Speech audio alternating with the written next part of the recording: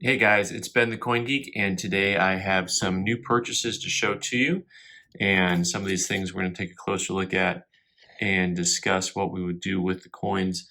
First of all, I've got these really pretty ADS dollars that came in that are pretty high grade. I think the one on the left is probably worth getting certified. I think it'll come back a 5. The one on the right, probably not. It's got a little bit more chatter to the cheek. What's fascinating about these is the holders, which say they're uncirculated, and these had a retail cost of $4.25. So I know some of you absolutely have been collecting Morgan dollars long enough to remember buying coins like these at coin shows for $4.25. Now I remember buying Morgans at $4, but they weren't uncirculated. So these I think are back from the 60s or 70s. And then here is a 78 Carson City, $29. Yeah, $29. What'll $29 get you today? Not a 78 Carson City. So this coin's fun. I'll probably send this one in also. Although it'll just come back as 63. It's not a high grade. It's just one of those things where collectors really like to have them certified. It's kind of a fun date. I've always been intrigued by the 78 Carson City because it was the first year on that Morgan, and then the CCs are really tiny compared to the other years. They got these real tiny little CCs in there. So a lot of the Carson City coins also have VAMs, varieties to them. And what I have here next is, you may see these holders. These are GSAs. These are the government issued Carson City coins that you could have bought at auction. Here's a 80cc, a little more rare date. You see that little tab below the second 8? It's just sticking out there.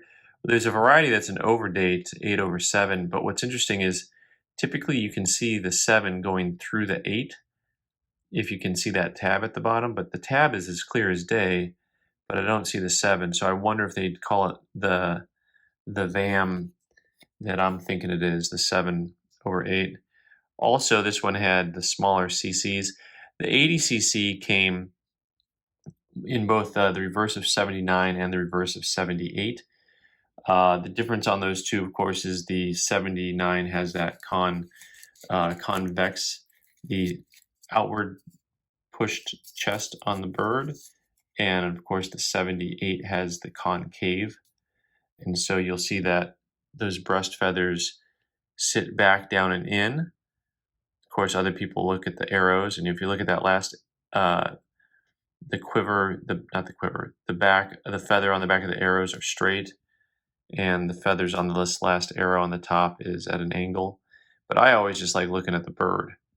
I like looking at the just the breast feathers to see which type we're looking at.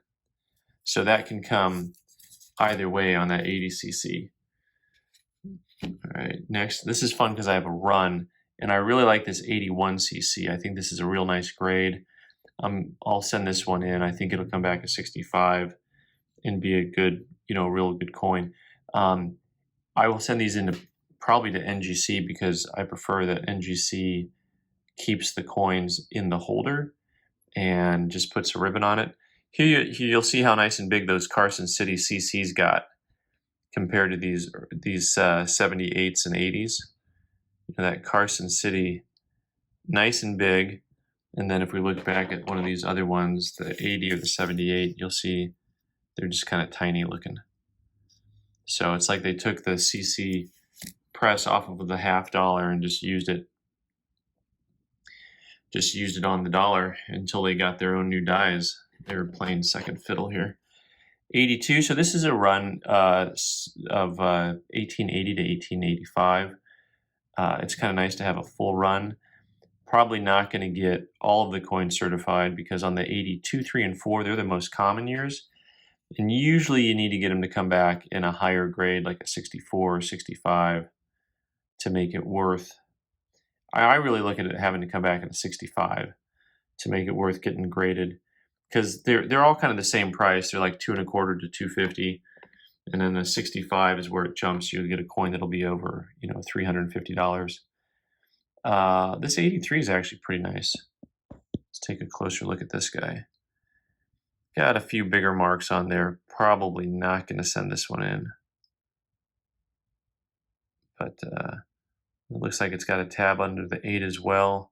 I may have to do some VAM exploring before I send these in. And as usual, the reverse of the coin much nicer than the obverse. No rhyme or reason. This is like the same as the mystery of how they built the pyramids, right? Like, why is the backside of a coin always cleaner? So you'll see really strong clash dies there to the right of the eagle's wings, and it just sticks right out.